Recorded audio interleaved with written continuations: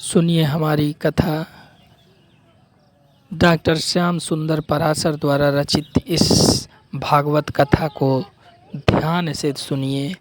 इसमें भगवान श्री कृष्ण की उस महारास लीलाओं का वर्णन, इसके अलावा रास पंचाध्यायी के कुछ अवशेषों का वर्णन बहुत ही पुनीत कथा है। सुनिए आप लोग और अपने जीवन को धन्य कीजिए। सुबह सुबह इस कथा को अपने मन में धारण करके कार्य कीजिए। भगवान श्री कृष्ण आप पर कृपा बनाए रखें। राधे राधे। जहां इसको पता लगती उसी कन्या का अपहरण करवा के अपने जेल खाने में डलवा देता।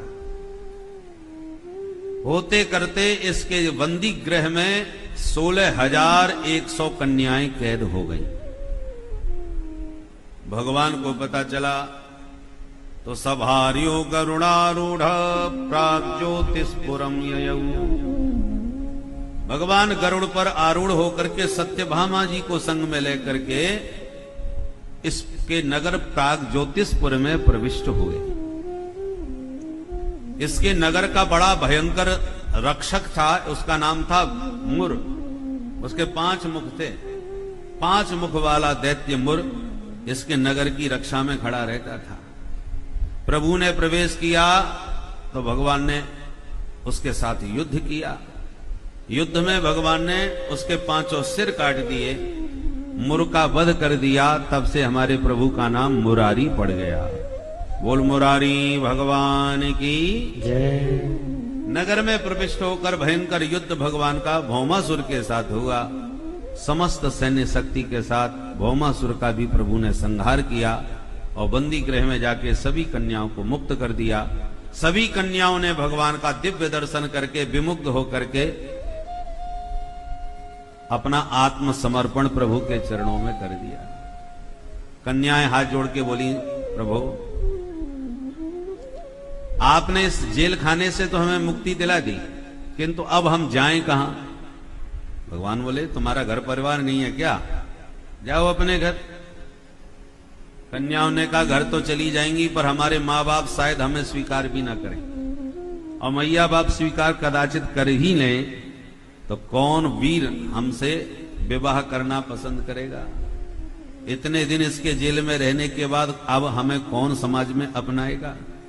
इसलिए हमें मृत्यु के अलावा कोई रास्ता नहीं सोचता सरकार। भगवान बोले, देवी हो, दुखी मत हो। जिसके जीवन का कोई रास्ता नहीं रहता उसके लिए मेरे घर का दरवाजा सदैव खुला रहता है।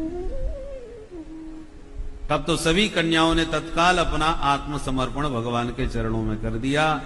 जीवन है तेरे हवाले मुरलिया वाले, अब सौंप दिया इस जीवन का सब भार तुम्हारे हाथों में। तो भगवान ने सभी कन्याओं से एक मुहूर्त में विवाह कर लिया। सभी को ला करके द्वारकापुरी में दिव्य महल बना करके निवास दिया। और अब भगवान के पूरे विवाह कितने हो गए? 16,108। ये द्वारकाधीश के ठाठ। समय पाकर के प्रत्येक रानी से फिर 10-10 बेटा हुए और एक बिटिया। भाई अब भगवान के बेटा कितने हो गए ये घर में जाके आप लोग हिसाब लगा लेना।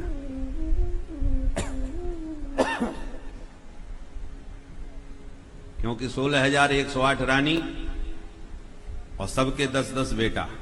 अब लगाओ हिसाब, कितने बेटा हुए? 1,61,080। कम बेसी हो तो आप देख लेना, इतने बेटा हुए।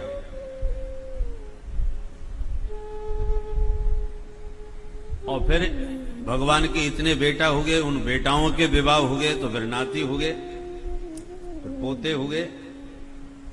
होते होते महाराज एक दिन वो आया कि भगवान के अपने परिवार की निज जनसंख्या हो गई 56 करोड़। सुखदेव जी कह रहे हैं कि यदुवंशी परिवार भगवान का 56 करोड़ की संख्या में पहुंच गया। आजकल हम कहते हैं कि जनसंख्या बहुत बढ़ रही है। सोचिए उस जमाने में क्या जनसंख्या रही होगी। जब एक ही परिवार 56 करोड़ की संख्या का है तो पूरे देश की जनसंख्या क्या रही होगी। हम लोगों ने नारा लगा दिया, हम दो हमारे दो। अब कहते नहीं ये भी ज्यादा है, संशोधन करो। क्या बोले? हम दो हमारा एक, बेटा हो चाहे बेटी बस एक ही होना चाहिए। आजकल यही नारा चल रहा है और हम लोग भी प्राय इसी नारे के सहारे चल रहे हैं, दो या एक बस, बेटा बेटी। बहुत से लोग तो एक में ही संतुष्ट हैं। अच्छी बात है, होना चाहिए, पर होना चाहिए तो सबको होना चाहिए। एक समाज विशेष हमारी देश में रह के कहता है कि नहीं नहीं, हम 5 हमारे 25, वो अपने अभियान में चल रहे हैं। देश एक है तो नियम भैया सबके लिए एक होना चाहिए। यदि ऐसा चलता रहा उनका अभियान कि हम 5 हमारे 25 और हम लोग कहें हम 2 हमारा 1, तो बोलिए अब सीमा पर सुरक्षा के लिए अपना इकलौता बेटा कौन भेजेगा? कहीं ऐसा ना हो कि भारत माता के पुनः खंड हो जाएं। इसलिए समय रहते बुद्धिमान बुद्धिजीवियों को इस विषय पर बहुत शीघ्र ही विचार करके कोई निर्णय लेना चाहिए। यदि राष्ट्र को अखंड और सुरक्षित रखना चाहते हैं तो बोल भारत माता की जय। भगवान इतने बड़े परिवार के बीच में भी सदा मस्त और मुस्कुराते प्रसन्न चित्त रहते हैं, कभी मुंह लटका के बैठे ही नहीं। एक दिन तो प्रभु ने सोचा हमारी इतनी रानियां हो गईं, आए दिन कोई ना कोई रूठती रहती है, हम मनाते भी रहते हैं। घर गृहस्थियों के जीवन में ये रूठना मनाना होता ही रहता है। बड़े राजा महाराजाओं के बहुत बड़े बड़े महलों में अलग अलग कमरे होते हैं, नहाने का अलग, खाने का अलग, सोने का अलग, मिलने का अलग। तो एक कमरा नाराज होने का भी होता है कि मूड खराब हो जाए तो उस कमरे में जाके कोई बैठ जाए, राजा समझ जाता कि कोप भवन में बैठा है तो इसका मतलब कुपित है, मूड खराब है इनका। तो रानियों के लिए कोप भवन बनाया जाता था। तो जो रानी उस कमरे में बैठ जाए तो राजा समझ जाते थे इनका मूड खराब है, इनकी समस्या सुनो। तो भगवान ने एक दिन बैठे सोचा कि आए दिन कोई ना कोई हमारी महारानी कोप भवन में बैठी रहती हैं, हम उनकी समस्या हल करते रहते हैं, पर जिससे सबसे पहले हमारा विवाह हुआ वो है रुक्मिणी। और आज तक मैंने रुक्मिणी को कभी नाराज होते नहीं देखा। मैं जब भी रुक्मिणी पर दृष्टि डालता हूं हंसती मुस्कुराती नजर आती। क्या इसे कभी क्रोध नहीं आता होगा? चलो आज नाराज करके देखता हूं क्रोध में कैसी लगती है। कौतुकी भगवान जानबूझ के रुक्मिणी को नाराज करने के लिए, कुपित करने के लिए उनके कक्ष में जाकर के बैठ गए और ऐसा गंभीर भगवान ने चेहरा बनाया, मुद्रा बनाई कि रुक्मिणी तो बेचारी घबरा गई कि आज मेरे प्रभु को क्या हो गया जो ऐसे मुंह लटका के इतने गुमसुम से बैठे हैं। रुक्मिणी बेचारी आई, पंखा लेके हवा करने लगी।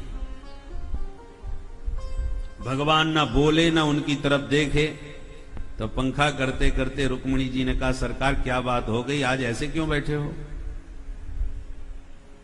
मैंने आपको ऐसे आज से पहले कभी ऐसा नहीं देखा, आप सदा प्रसन्न चित्त रहते हो। यदि दासी से कोई अपराध हुआ हो तो बताओ। भगवान एकदम रुक्मिणी की ओर देख करके बोले ऐसी कोई खास बात नहीं प्रभु, फिर भी कुछ तो बात है। भगवान बोले अच्छा तो एक बात पूछूं? रुक्मिणी बोली हाँ हाँ पूछिए महाराज। बोले ये बताओ रुक्मिणी तुमने हमसे विवाह क्यों किया? इतना प्रश्न सुनते ही रुक्मिणी के तो होश उड़ गए, घबरा गई बेचारी के न जाने हमसे ऐसी क्या भूल हो गई, क्या अपराध हो गया जो हमसे ये पूछ रहे कि तुमने हमारी खरी खोटी नहीं सुनाएगी कि बुढ़ापे में आज तुम्हें होश आ रहा है? कुछ न कुछ सुनाएगी। और भगवान सुनने के मूड में ही बैठे हैं। आज जानबूझ के भगवान इसी दृष्टि से ये बातें कर रहे हैं कि रुक्मिणी कुछ नाराज होकर मुझसे कहे तो देखो इनका चेहरा क्रोध में कैसा बनता है। पर रुक्मिणी नाराज नहीं हुई, बड़की सोच में पड़ गई कि चक्कर क्या हो गया, ये मेरे से ऐसा क्यों पूछ रहे। जब जवाब नहीं दिया रुक्मिणी जी ने तो भगवान और छेड़ने लगे। रुक्मिणी जी कुछ भी कहो, मुझे कभी कभी लगता है हमारा तुम्हारा जोड़ा कुछ जमा नहीं। अब तुम ही देखो कितने ऊंचे खानदान की हो, विदर्भ देश की राजकुमारी महाराज भीष्मक की बेटी हैं आप, और अपने राम खानदान की तो बात ही छोड़ दो, पहले तो मैया बाप का ही ठिकाना नहीं। कोई नंद जसोदा का बेटा हमको बताता है तो कोई देवकी वसुदेव का लाला कहता है। अब जिसके माता पिता भी कन्फर्म ना हो, पता नहीं, तो हम अपनी कौन सी परंपरा बताएं। खैर छोड़ो, यदि आप ये कहो कि आजकल खानदान कौन देखता है, तो देवी जी कम से कम गुण तो देखे जाते हैं। जिससे हमारा विवाह हो रहा है वो कितना पढ़ा लिखा है, क्या करता है, कुछ तो देखा जाता है। तुमने हमें क्या देखा? मुझे तो आज तक मेरे भीतर एक भी गुण नजर नहीं आता। आपको न जाने हम कैसे पसंद आ गए। दुनिया में सब गोरे को पसंद करते हैं, हम तो काले हैं। नाम ही कृष्ण है, कृष्ण का मतलब ही काला। तुम यदि ये कहो कि नहीं नहीं तुम बहुत बड़े वीर हो, बड़े बड़े राक्षसों को मारा, इसलिए मैं तुम्हारी वीरता पर रीझ गई, तो देवी जी आपने ये भी सुना होगा कि हम रणछोर हैं। जरासंध जैसा दिग्गज सामने आ जाए तो मैदान छोड़ के भाग भी जाते हैं। तो काय के वीर हैं भाई? वीर होते तो अपनी जन्मभूमि मथुरा को छोड़ के यहां समुद्र में घुसे बैठे होते। तो वीर हम हैं नहीं, खानदान का हमारे पता नहीं, गुण एक भी हमें नजर आता नहीं, फिर तुमने मुझे कैसे पसंद कर लिया? तुम यदि ये कहो कि मैंने तो तुम्हें पसंद ही नहीं किया था, वो तो मेरे माँ बाप ने और परिवार ने तुम्हारे साथ मेरा विवाह करा दिया, तो ये भी ठीक नहीं, क्योंकि मुझे मालूम है तुम्हारे परिवार के लोगों ने शिशुपाल को पसंद किया था, वही दूल्हा बन के बारात लेके तुम्हारे घर आया था। उस बेचारे शिशुपाल को छोड़ के तुम हमारे साथ चली आई। मैं तो कहता हूं रुक्मिणी, अब भी कुछ नहीं बिगड़ा है। जो ये शब्द सुना, रुक्मिणी के पूरे होश उड़ गए। हे भगवान, 10 पुत्रों के पिताजी बने बैठे हैं और कह रहे हैं अब भी कुछ नहीं बिगड़ा है। अब आगे कुछ और बोलते भगवान, तब तक तो रुक्मिणी इतनी घबरा गई, डर गई कि उन्हें चक्कर आ गया और मूर्छित होकर गिर पड़ी। किंतु जैसे ही रुक्मिणी को चक्कर खा के गिरते देखा, भगवान तुरंत चतुर्भुज बन करके दौड़ के रुक्मिणी को थाम लिए। पर्यंका दभरुयासु तामुत्थाप्य चतुर्भुज, चतुर्भुज रूप से भगवान ने रुक्मिणी को गिरते गिरते संभाल लिया और पर्यंक पर, पलंग पर लिटा दिया।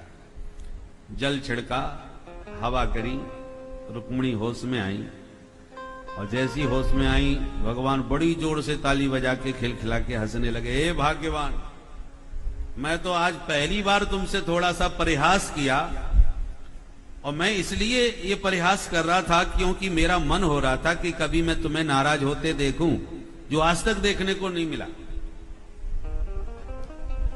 इसलिए ये सब इधर उधर की बातें मैंने करी। तुम इतनी सी बात पर इतनी घबरा गई।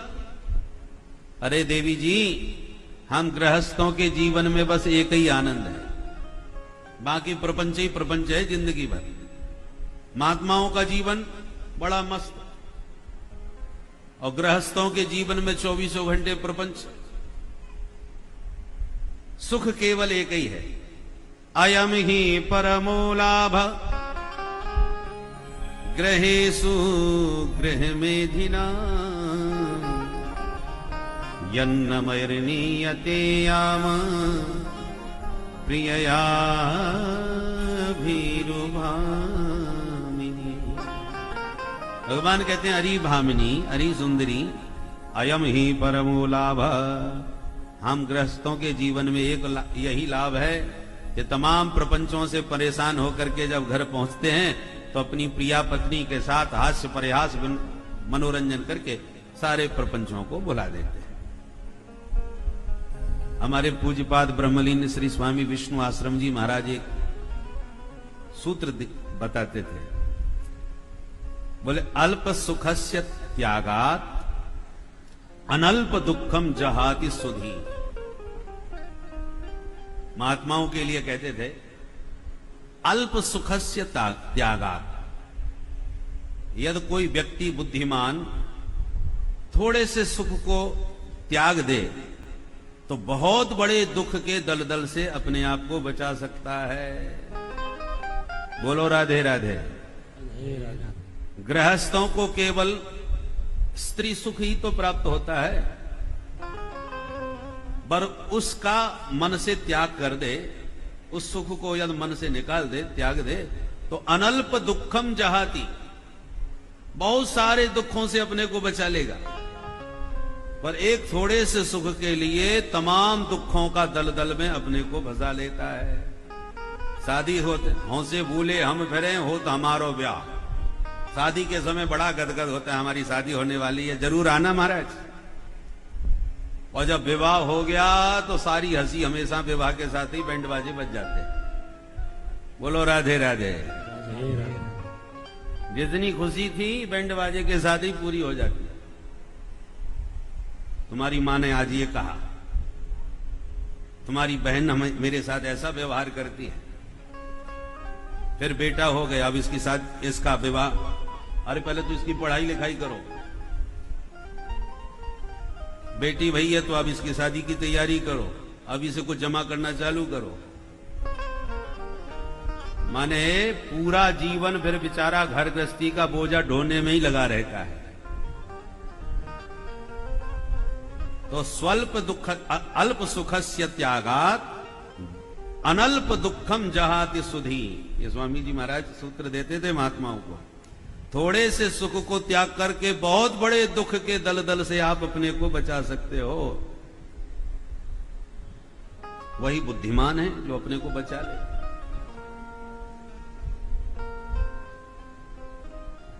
तो भगवान कहते हैं देवी जी एक ही तो सुख है, हमने सोचा तुमसे थोड़ा हंसी मजाक करेंगे, फिर देखेंगे तुम्हारा मूड खराब होता है तो कैसी लगती हो। मुखम च प्रेम संरंभ स्फुरिता धर्मीक्षितुम। पर ऐसा कुछ हुआ नहीं, तुम तो एकदम घबरा करके मूर्छित हो गई। अब रुक्मिणी को विश्वास हो गया कि सचमुच प्रभु मेरे से ऐसे ही हंसी मजाक कर रहे थे। तो सावधान होकर बैठी और हाथ जोड़ के बोली, महाराज आपने अभी जो बातें मेरे से कही, आपकी दृष्टि से वो परिहास होगा, हंसी मजाक में होगा, और मुझे जो लगा वो, मुझे तो आपका एक एक वचन बिल्कुल सत्य समझ में आया। आप जो बोले वो बिल्कुल सही बोले। तो भगवान और जोर से हंसते हुए बोले, वाह देवी जी, अभी तक हम मजाक कर रहे थे, लगता है अब आप हमसे मजाक करने लगे। अरे सही क्या कह रहा था, हंसी मजाक में लोग बोले ही देते हैं, मैं भी ऐसे ही बोल रहा था। तुम्हें नाराज करने के लिए बोल रहा था, इसमें सच्चाई कुछ नहीं है। तुम्हें इसमें सच्चाई क्या नजर आई देवी? रुक्मिणी जी ने कहा, सुनो सरकार, आपने इसमें गलत क्या कहा? भगवान बोले, लो हम तुमसे कह रहे थे हमारे अंदर एक भी गुण नहीं है, तुमने हमें कैसे पसंद कर लिया? तो इसमें क्या सच्चाई है? तुम्हें लगता है इस बात सही है? रुक्मिणी जी बोली, मुझे तो बिल्कुल सही लग रही है। भगवान बोले, अच्छा तो तुम क्या कहना चाहती हो, मेरे अंदर कोई गुण नहीं है? रुक्मिणी जी बोली, बिल्कुल नहीं। भगवान बोले, अच्छा सिद्ध करके दिखाओ, कैसे कह सकती हो कि मेरे अंदर कोई गुण नहीं? रुक्मिणी जी बोली, सुनो महाराज, प्रकृति में 3 ही गुण प्रसिद्ध हैं, सत्व रज तम। सतोगुण, रजोगुण, तमोगुण। किंतु आप इन तीनों गुणों के बंधन से सर्वथा परे हो, त्रिगुणातीत हो, इसलिए संत आपको निर्गुण कह करके आपका निरूपण किया करते हैं। आप गुणातीत हैं, इसलिए आपने बिल्कुल सत्य कहा कि मेरे अंदर एक भी गुण नहीं है, क्योंकि आप तो निर्गुण हैं, गुणातीत हैं, गुणों से परे हैं। भगवान बोले, ओहो, आपने तो हमारे शब्द का पूरा भाव पलट दिया। अच्छा ठीक है, हमने तो तुमसे ये भी कहा था कि हमारे मैया बाप का पता नहीं, खानदान का ठिकाना नहीं। रुक्मिणी बोली, बिल्कुल ठीक कहा आपने। श्रुति भगवती आपके स्वरूप का निरूपण करते करते नेच नेच कह के मौन हो जाती हैं, पर इदमित्थम कह करके आपको जान पाना असंभव है। तो सरकार, जब आप ही जानने में नहीं आ रहे तो आपके माँ बाप को कोई क्या जान पाएगा? और कोई होगा तब न जानेगा।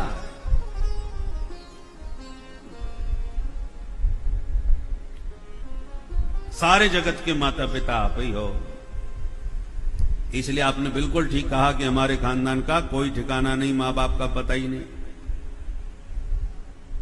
भगवान बोले तो हमने तो ये भी कहा था कि हम रण छोड़ हैं, मैदान छोड़ के भाग जाते हैं। देखो जन्मभूमि छोड़ के, अपना धाम छोड़ करके समुद्र की शरण लिए बैठे हैं। रुक्मिणी जी ने कहा यह भी सही बात है। क्या सही बात है? रुक्मिणी जी ने कहा कि प्रभु, जिन भक्तों का हृदय सागर स्वच्छ और शांत विकार मुक्त हो जाता है, जिसमें काम क्रोध आदि विकारों का प्रवेश ही नहीं हो पाता, ऐसे भक्तों के शांत और स्वच्छ हृदय सागर में आप अपना वैकुंठ साकेत गोलोक सारे धाम छोड़ करके प्रविशति हृदय तेषाम भक्ति सूत्रोपनद्धा, ऐसे भक्तों के हृदय में प्रविष्ट हो करके आप अपना निवास बना लेते हैं। जैसे हनुमान जी के हृदय में राम जी ने अपना निवास बना लिया। जासु हृदय आगार बसहि राम सर चापल है। तो जितनी बातें गोविंद ने परिहास में कही थी, उन सारी बातों की ऐसी व्याख्या रुक्मिणी जी ने करी कि सुन करके गोविंद गदगद हो गए। वाह देवी रुक्मिणी, आज मैंने तुमसे परिहास न किया होता तो तुम्हारे वैदुष्य का, तुम्हारी योग्यता का मुझे तो कभी पता नहीं लगने वाला था। तुम इतनी पढ़ी लिखी हो, इतनी होशियार हो, इतनी समझदार हो कि मेरी हंसी मजाक की बातों की आपने मेरी स्तुति बना के तैयार कर दी, उसके पूरे भाव पलट दिए। भगवान बोले देवी जी, सत्य कहता हूं, तुम्हें पाकर के आज मैं भी धन्य हो गया। मुक्त कंठ भगवान रुक्मिणी के स्वभाव की सराहना करने लगे। इस प्रकार से इतने बड़े परिवार के मध्य रहते हुए भी माधव सदा मस्त और मुस्कुराते हुए रहते हैं। हमें भी अपने जीवन में शिक्षा लेनी चाहिए, क्योंकि हम छोटी छोटी बातों पर मुंह लटका के बैठ जाते हैं। हे भगवान, हमारे साथ ऐसा क्यों होता है? नेक नेक सी बात पर मुंह लटका लेते। ऐसे मुंह लटका के बैठे होते तो कन्हैया तो कभी हंस ही ना पाते। हम लोग जेल खाने के नाम से घबरा जाते हैं। हमारे कन्हैया का जन्म तो जेल खाने में ही हुआ था, जेल में ही पैदा हुआ। और पैदा होने की देर नहीं हुई कि पिताजी छोड़ के आ गए मित्र के घर। तो मित्र के घर में जन्म का उत्सव भी पूरा नहीं हो पाया कि मौसी जी वहीं आ गई जहर पिलाने। जरा गोविंद के चरित्र पर एक दृष्टि डाल के देखो, कितनी समस्याएं रही पैदा होते ही। राम जी का संघर्ष तो वनवास के बाद प्रारंभ हुआ, और कन्हैया का संघर्ष तो पैदा होते ही प्रारंभ हो गया। पूतना को मारा, करवट बदलना सीखे कि सकटासुर आ गया गाड़ी बन के। 1 साल के हो गए, तृणावर्त आ गया तूफान बन के। और असुर ही नहीं आए, सुरों ने भी कसर नहीं छोड़ी। देवराज इंद्र ने प्रलय मचा दिया होता, गोवर्धन उठा करके ब्रजवासी बचाए। ब्रह्मा जी ने चोरी करी बछड़े और ब्रजवासी चुरा लिए। आप पूरा चरित्र देख लीजिए, कितने संघर्ष भगवान श्री कृष्ण के जीवन में आए, पर भगवान फिर भी उन संघर्षों से मुस्कुराते हुए लड़ते रहे और प्रेम से माखन मिश्री खाते रहे। माखन मिश्री बच्चे खाएंगे तभी तो संघर्षों से सामना कर पाएंगे, और चाउमीन खावे वाले कैसे लड़ पाएंगे? बोलो राधे राधे। राधे राधे। माखन मिश्री का जमाना था, शुद्ध घी खाते थे, खूब पहलवानी करते थे, 2-2 हाथ करते थे। आजकल तो बच्चों को मलाई से ही मुंह बिगड़ जाता है, मलाई पसंद नहीं।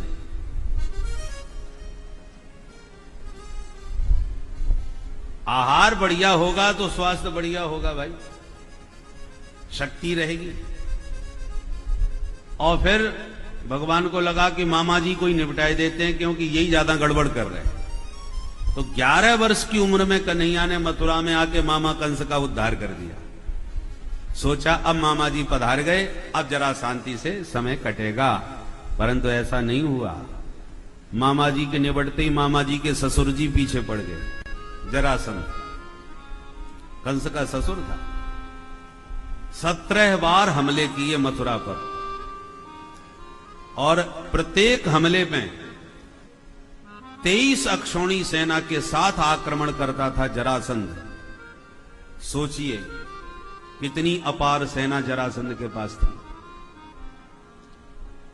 महाभारत के युद्ध में केवल 18 अक्षौणी सेना थी, 11 और 7 5 थी। अच्छा, हो सकता है कम ज्यादा हो, मुझे ऐसा स्मरण आ रहा है कि कौरवों की तरफ शायद 11 अक्षौणी सेना थी और पांडवों की तरफ 7, ऐसा मुझे स्मरण है। 18 अक्षौणी सेना।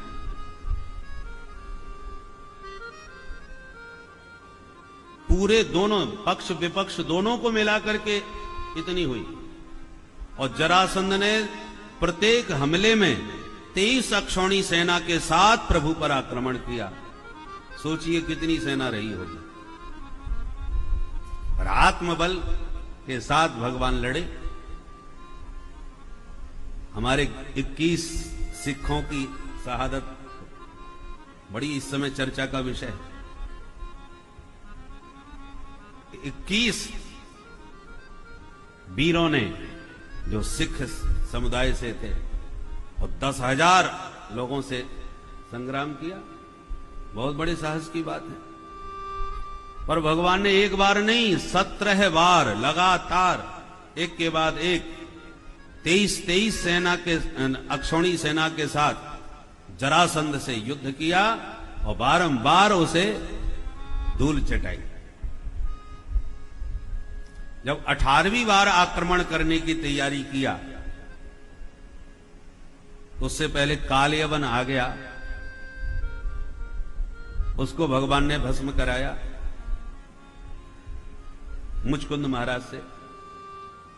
परंतु 18वीं बार इस जरासंध ने 11,000 ब्राह्मणों को अनुष्ठान में बैठा किया और ये कहा, पंडित जी ऐसा मंत्र पढ़ो कि मैं विजयी हो जाऊं। 17 बार हार चुका, अब की बार मेरी जीत होनी चाहिए। ब्राह्मण बोले, चिंता न कीजिए महाराज, ऐसा ही होगा। जरासंध ने कहा, चिंता हमको नहीं, आपको करनी है, क्योंकि जीत गया तो माला माल कर दूंगा ब्राह्मणों को, और हार गया तो एक भी पंडित यहां से जिंदा बच के नहीं जाएगा। अब तो सबरे ब्राह्मण मंत्र भूल गए। हे भगवान, अच्छे अनुष्ठान में बैठ गए। हे द्वारकाधीश, हे मुरली मनोहर, हे गिरधारी। ब्राह्मण तो मंत्र जपना तो भूल गए, गोविंद को याद करने लगे। विप्रधेनु सुर संत हित लीन मनुजा अवतार, नमो ब्रह्मण्य देवाय। आप तो प्रभु ब्राह्मणों के भक्त हो, हम ब्राह्मणों के प्राण संकट में हैं, अब की बार बचा लो। तो भगवान को जब भनक पड़ी कि ब्राह्मण अनुष्ठान में बैठे जरासंध के और यदि वो हार गया तो मार डालेगा, तो ब्राह्मणों के प्राण बचाने के लिए भगवान ने पराजय स्वीकार करी और मैदान छोड़ के भाग लिए। और भगवान रणछोड़ के नाम से प्रसिद्ध हो। ऐसे भगवान ब्रह्मण्य देव हैं। द्वारकापुरी बसाई, सोचा कि अब शांति से रहेंगे, समुद्र के बीच में सुरक्षित नगर बन गया है तो अब शांति से। पर ऐसा नहीं हुआ। द्वारकाधीश बनते 16,108 विवाह है गए। जिसके 2 विवाह हुए हों उससे कभी पूछ के देखना कैसी कट रही है। ये समाज में बेइज्जती और करवा दी हमारी, और स्वयं इतने विवाह किए बैठे हैं, मेरा नाम नहीं, जो आज ही इनके घर में लड़ाई नहीं कराई। पहुंच गए नारद जी।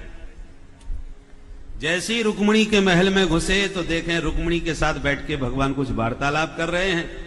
नारद जी को देखते ही खड़े होकर के स्वागत किया। अरे आइए आइए देवर्षि, आपका स्वागत है, खूब पधारे। नारद जी ने मन में सोचा यहां तो बैठे हैं, चलो कहीं दूसरे महल में जाके किसी और को भड़काएंगे।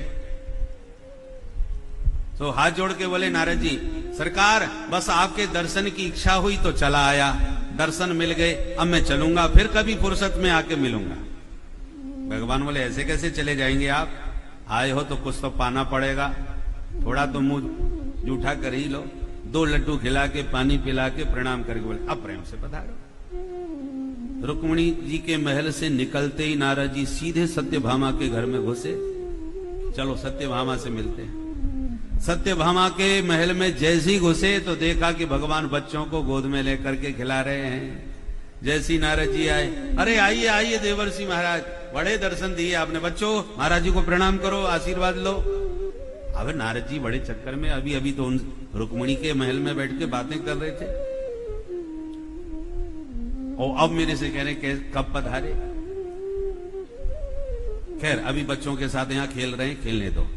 अच्छा प्रभु मैं जल्दी में हूं, फिर कभी आके फुर्सत में दर्शन करता हूं। भगवान बोले ऐसे कैसे चले जाएंगे, कुछ तो पाना पड़ेगा। 2 लड्डू खिला के पानी पिला के कहा अब प्रेम से पधारो। नारद जी वहां से तुरंत खिसके और सीधे कालिंदी जी के महल में घुसे। जो महल में प्रवेश किया तो देखें भगवान ब्राह्मणों को भोजन प्रसाद पवा रहे हैं। अरे आइए आइए देवर्षि महाराज, खूब पधारे आप, बड़ा सुंदर भंडारा चल रहा है, आपको भी प्रसाद पाना पड़ेगा, आप कब पधारे। अब नारद जी फिर टुकुर टुकुर देखें भगवान की ओर कि 2 बार तो लड्डू खिला चुके हैं। वो कह रहे हैं कब पधारे। महाराज मैं जल्दी में हूं, फिर कभी दर्शन करूंगा। भगवान बोले ऐसे कैसे, कुछ तो पाना पड़ेगा। 2 लड्डू खिला के पानी पिला के अब प्रेम से पधारो। नारद जी ने कहा ऐसे कहीं 2-2 लड्डू खाते रहे तब तो गड़बड़ हो जाएगा।